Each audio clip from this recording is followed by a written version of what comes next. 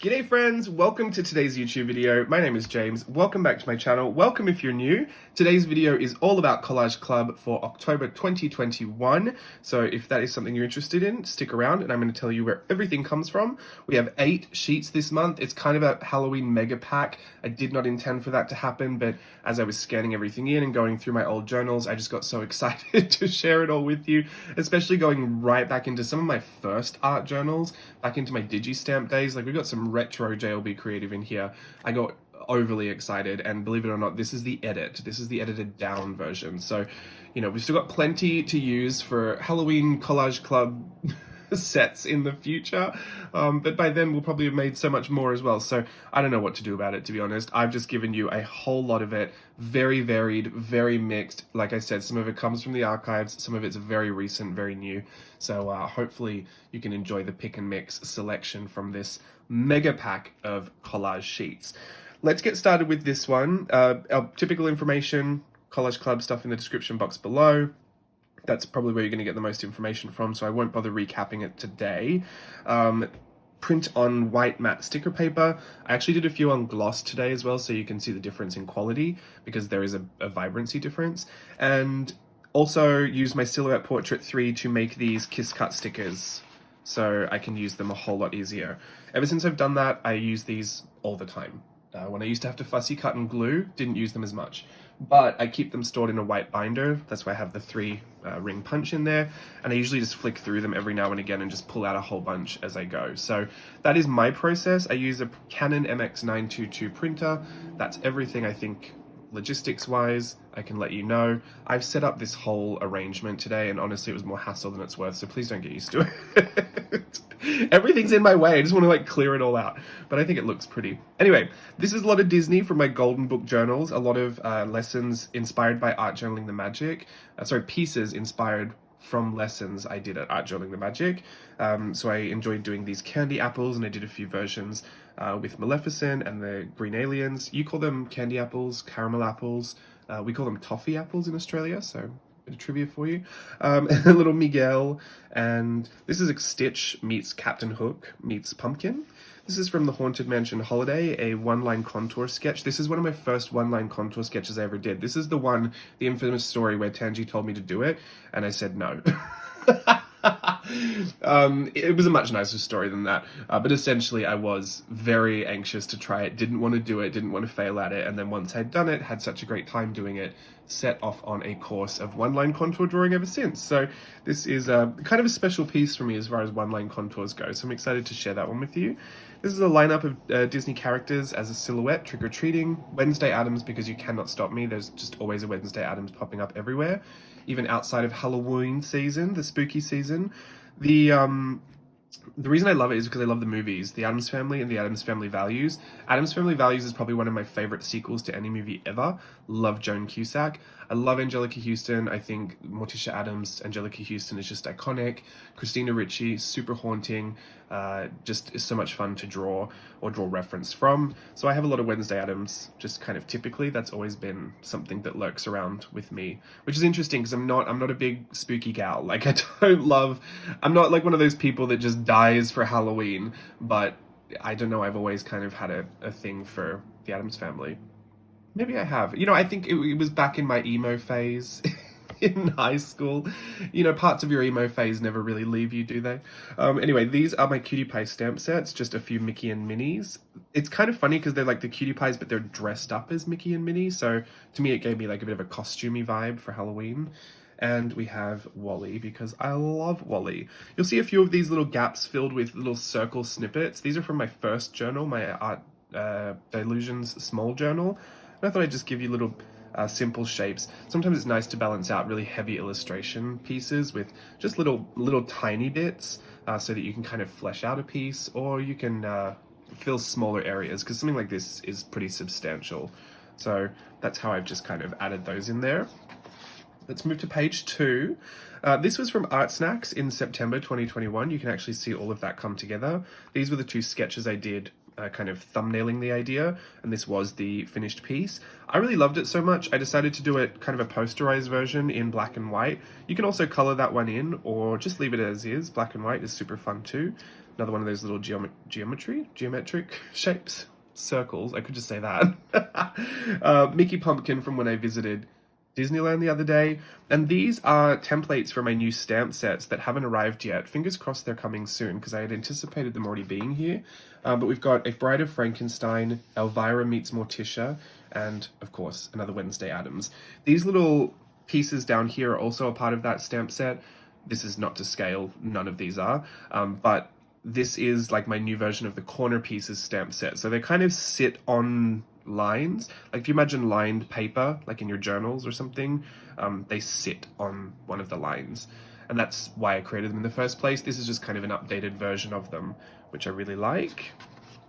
On to page 3. This is pretty Disney, this page. Only a few things that I don't think are Disney, these two here. I don't think any of these pages, except for one of them, is fully themed, but you can obviously see a lot of my inspiration around Halloween time comes from, you know, the Addams Family. It comes from Disney stuff, especially like Disneyland Halloween decorations.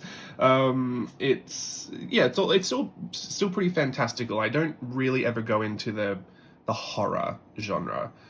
Even when we did the Tim Burton studies, actually there's a whole Tim Burton page in here. Maybe is it a whole one? I think it's a whole one. No, there's one thing that's not. Like I said, only one page fully themed, but there's a lot of theming going on here. Even when I do the Tim Burton stuff, I tend to stray away from anything that's too gory. So my Halloween is quite light and fantastical and more, I guess you would say, like Halloween for children, which Halloween is. Halloween for scared children. That's my kind of Halloween. I'm all about the candy, not so much the blood, guts, and gore. Anyway, some Disney-inspired buildings here. Some of this does allude to things you might see in Virtual Voyage 5. I won't tell you exactly what, but keen eyes could probably pick out a few things. And we've got a Maleficent up here and a little Dapper Dan in Yoshitomo Nara style. Yoshitomo Nara has that really kind of sinister-looking cuteness, and much like Tim Burton, really. And Steve described it as, he goes, I just feel like all of those drawings make this sound, and it's just, ugh. So ever since he said that, like, and this was months and months and months ago, it was kind of at the start of the year, I couldn't get it out of my head. So to me, they're very much kind of creepy cute, and so even just having the Dapper Dan, I'll be honest, it is Steve. It's a little illustration I did of Steve, but it just looks so creepy that I thought, you know what, I'm going to put it in there, just in case you wanted to put him next to the castle. I'm a big Disney freak, and ever since I've gotten my magic key and I've been back into the park so often, I'm just feeling very inspired by all of that. Peter and Wendy, this is from old Art Journaling the Magic lesson that I taught, and this is from another page that I did during that workshop. We also have the villain babies that we did on YouTube Live. There's a replay of that on my blog if you'd like to go and watch it. A tiny little Cruella in there. I love Cruella. Cruella's also a big thing for me. And another one of those little corner pieces, as well as this is fully vintage. This is from maybe 2016, 2017? I think possibly 2016. This is very old school. I think when I first got my ink brush, my grey wash, I was doing everything was black ink with a grey wash, and so I fully remember that, and very happy to put some of my vintage pieces in there. Can we call it vintage? I will. Relative to my journey through art journaling, it's vintage. This is another page of just kind of random illustrations, but you've got more of those big circles. There's a whole lot of the circles. I think it might be fun to do like a cauldron and have all them bubble kind of up. But some of them are from old illustrations as well, like this eye, this moon. Others are just random little pattern pieces I found on the page. This teacup set, this is kind of a big teapot, it's upside down, and these little teacups, that came from an Art Journaling the Magic retreat. It was I think we were doing a tea party lesson with some, like, we were bashing our journals. And then after we finished, after we had done that, I finished them up with this black brush pen and made this really kind of wonky tea set. So that is something I put in there. It's a big 2 full page spread, but I've just cut all the individual elements out so you can kind of mix and match and place them where you would like. This is from a live stream we did the other day on Instagram. I just really liked this specific corner of the piece, so I've just cut that out for you. A lot of it I have gone in and I've erased right up until the edge, just so that it'd be nice and clean for your journals, because Sometimes I do wonder, like, should I just put it in there and I'll let you decide how you want to cut it out? The problem with that is if you really wanted to make it nice and neat, there's actually no way for you to make the border white, like the edge white. So that's why I go in and do that, just so that it is kind of the cleanest version. Even though this does look like a really random, odd shape, it still does fit, you know, the bottom right-hand corner of a page, and there's a nice clean edge to everything. So I'm not quite sure if that's something that I might change over time. I still prefer it to be that neat and that clean, but I also know that some people might prefer to do their own, I guess, cropping, creative cropping. It also does help to be able to fit in everything else, especially with the cut files, since there's a little extra line that we need around there for the cut files. If I use too much of this space over here, then I lose the ability to fit in another collage element. So I guess there's a bit of my thought process behind that. If you're someone that's wondering why I don't give you the rest of the image and why sometimes I'll just select out a certain part, it's usually because of that. A little Tinkerbell I did as a study a long time ago, and another Cruella. I love my Cruellas. Here is my Tim Burton page. The only thing that's not really Tim Burton here is this. And as far as Tim Burton, I should say Tim Burton inspired, because this was this was something that was like inspired by, but very I tried to like really clean it up and make it super neat with lots of shading and lots of fine intricate detail. And it just turned out to be one of the creepiest things I've ever seen. So I've included it all in there. This is, I think, probably the creepiest stuff you'll get from me as far as Halloween goes. I mean, especially this thing. Just lots. I did my if Tim Burton did mermaid, that was a video I did on YouTube as well. Really liked that. This is from there. A lot of them, like these little kind of, I guess they look like totem poles really, and even this guy down here, those was from, my English is going, those were from when I was finishing my Burtonville journals for a Virtual Voyage 2. And if you remember the monster on my shelf lesson, I was using that same lesson. So this was a little washi tape body, and he had the ink, here's a little thing, his legs with a little ink drop. This one over here that was my palette. There's a paper clip, tape dispenser, the scissors, you can see the scissors, ink bottle. So those are really fun. If you remember being there, you remember that. I'm not quite sure if there is a replay for that one, so sorry if you're looking for it. There may or may not be, I actually don't know. Some of these other mermaids came from just more experimenting. I had a really good time doing the What If Tim Burton Did Mermaid, so I did a whole bunch of other ones. So this is kind of, it's very like Tim Burton aquatic, but an octopus down here. And this was from an old art journaling piece. It may look like it's printed a little wrong, but there actually is a line texture to the black, so it's got this weird kind of soft contrast to it. But he was in a big field of stars, and I just thought he had quite a dark little Halloween look to him, so I erased the whole thing out. It was terrible trying to erase around those stars. In hindsight, I probably should just erase the whole thing and just redrew the stars on top. But you know what? You live and learn. So that is my kind of Tim Burton inspired page. Ariel as in a Tim Burton style.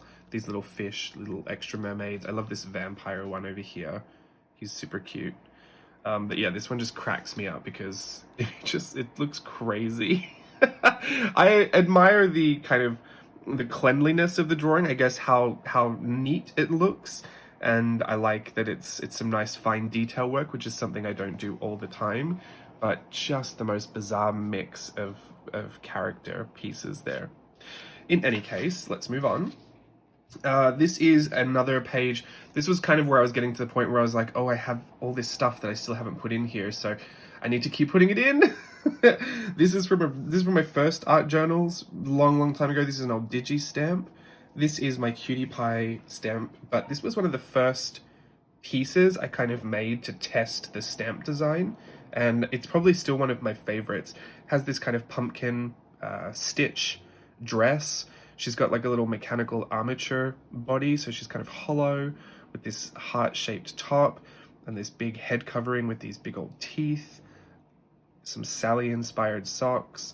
I just loved this. I had so much fun. It was also around the time when I got my tortillons and everything was about blending pencil for me, which I may revisit that love affair at some point. These were the trio of ladies I said I was going to include last month. that just didn't fit the page, so I would include them this month. They're actually a little bit bigger, and I love the color palette on these. Very much inspired by Whimsy Ween last year, which was Stepford Wives meets Whimsy Ween, and we've got that nice big 60s beehive kind of aesthetic. This is really random, but a long time ago I was on the phone on hold. I think I was on hold to a visa, like when I was immigrating to the States. I think I was on hold with the consulate or something, and I drew this on an envelope. I literally remember standing at the kitchen table drawing this on an envelope. Unless I'm thinking about something else. I'm pretty 100% sure it was that. So this was done with a ballpoint pen, and it was just cut out and stuck into an old journal. So I decided to put that in there. These are all digi stamps. This one's a little figure 8 kind of see into the future. This is a little witch with, I don't know why, but she's got a lobster and a fish earring. I don't know where that came from. And then these bunnies, this is actually part of my stamp sets. The head, I think, is from the three-faced stamp set, the old one, and the body was done with the doll parts stamp set. I think even the ears were done with the Decora stamp set. So this was all stamp and illustration, and this was in my old weekly journal, the one that I turned into a wheneverly journal, the one that I got before I did my Hobonichi planner, the one that I was kind of testing out. I was like, if I do this well, then I can get a Hobonichi. In the end, I didn't get a Hobonichi. I got the 5-year, and I kept going in that journal, but it's fully finished, and I think I've done a flip on YouTube with that. I maybe not have, but I've definitely shown it a bunch of times, and this was from around Halloween when I did those little bunny skeletons. So that's everything on that page, I think. And this is printed on gloss. I just wanted to show you a bit of a difference. The last two are printed on gloss, actually. If you put them side by side, can you see how the blacks are just a lot richer? The colors overall are a lot more impactful. And this is not a super shiny gloss. Both of these are from onlinelabels.com, but the quality is really, really nice. And if you print them on gloss, they kind of have more of that sticker effect. Like they look like a real sticker. Sometimes I find when you print them on the mat, it can just look like you printed them on copy paper and glued them in, which is great. It really works for mixed media.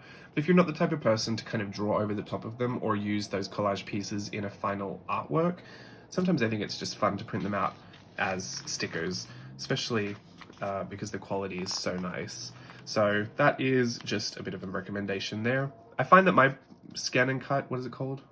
My silhouette doesn't have much of a problem picking up on this gloss. It has had problems in the past with other papers, so I'm just going to say the onlinelabels.com white gloss label paper, just the standard stuff, works pretty well for me.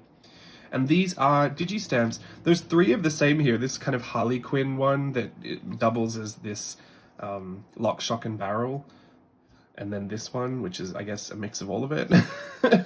That's 3 different times I had done that in that journal. And as I was scanning them, I actually didn't realize that they were all different until I started putting them in my file on Photoshop. And I was like, oh, these are all the same. So just goes to show I really do redo a lot of stuff. Like I will repurpose anything. I will do it 3 or 4 times. And even myself, sometimes I don't keep track of it. So hopefully you enjoy the variation of those there. This is Trick or Treat. These, like I said, Lock, Shock, and Barrel, inspired by The Night Before Christmas. This is another one of those little witch ones. I think, yeah, she was kind of the same. It's just a bit of a flipped version of this one with some different hair. Still got the same hat.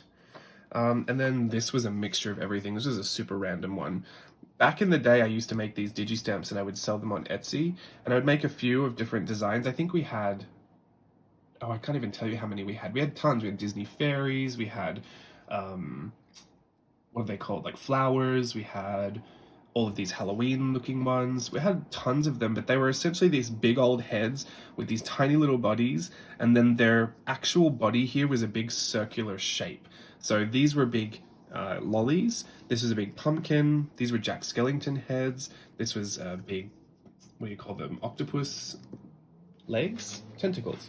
And then this is a cauldron. So it was the same, oh look, the 8-ball there. It was always the same kind of approach to those digi stamps, but we would just kind of theme it. Well, I would kind of theme it. Who's we? Who was doing this with me? Me and my other personalities. I would theme them to whatever I wanted them to look like. And it's I don't know, it's kind of a fun idea. Maybe I should bring it back for something, but I don't do digi-stamps anymore. This is the evolution, I guess, of digi-stamps. They did turn into collage sheets at some point, and now they've turned into Collage Club, the subscription. So I find that this is like a really nice kind of page to have, just to really throw it back for myself. And to anyone who's been around since these days, let me know if you were around back in the digi-stamp days. We've definitely come a long way since then. And this is the last page, just a bunch of, like a little gallery wall really. I wanted to give you just a bunch of images that were completely rectangular or square, just to fit into those pages that you didn't really want to do much to. You could just decorate. This was a big Alice that we did on a live stream that I really loved. A really old piece, again, more of that 60s kind of Stepford Wives, but Tim Burton style.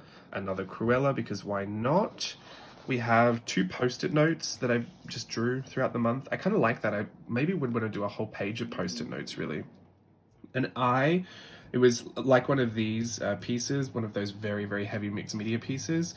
I just really like the eyes on it, so I gave you one of the eyes. Another Cruella, what's that, like 4 Cruellas, 5 Cruellas now? I really do love Cruella. This is another one of those digi-stamps. This was Tina the Tequila Tiki or something. I don't know, it was like a tiki one, and she's got like bones for her face, but she's in a fishbowl and a hoodie. I just really loved it. I thought it was super graphic.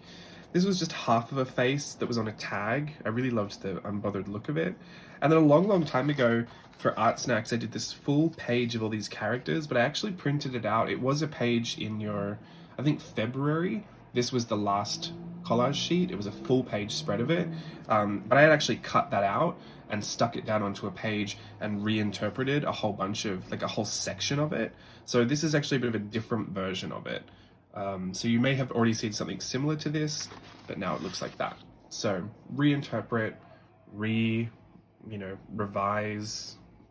what do you call it? Revamp, all those words.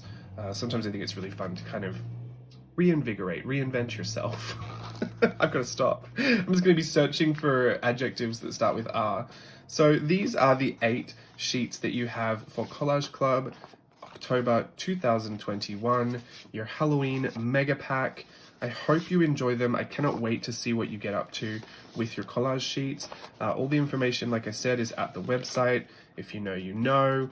If you don't know, please go and visit. And I will look forward to seeing what you share. We use the hashtag Jlb Collage Club on Instagram. You can also share in the Facebook group. You can share if you do work on YouTube. Please drop your YouTube link in the comments below. People love to see what you do with the collage sheets. I personally use them just as a lot of decoration for my my planner. I'll show you. I mean, here's a bunch here, just randomly stuck in. Here's a lot of Collage Club elements, the numbers from last month, those page breaks. Can't show you too much because I think I've got information here that you can't see. This was a piece I think from last month, my little train as well.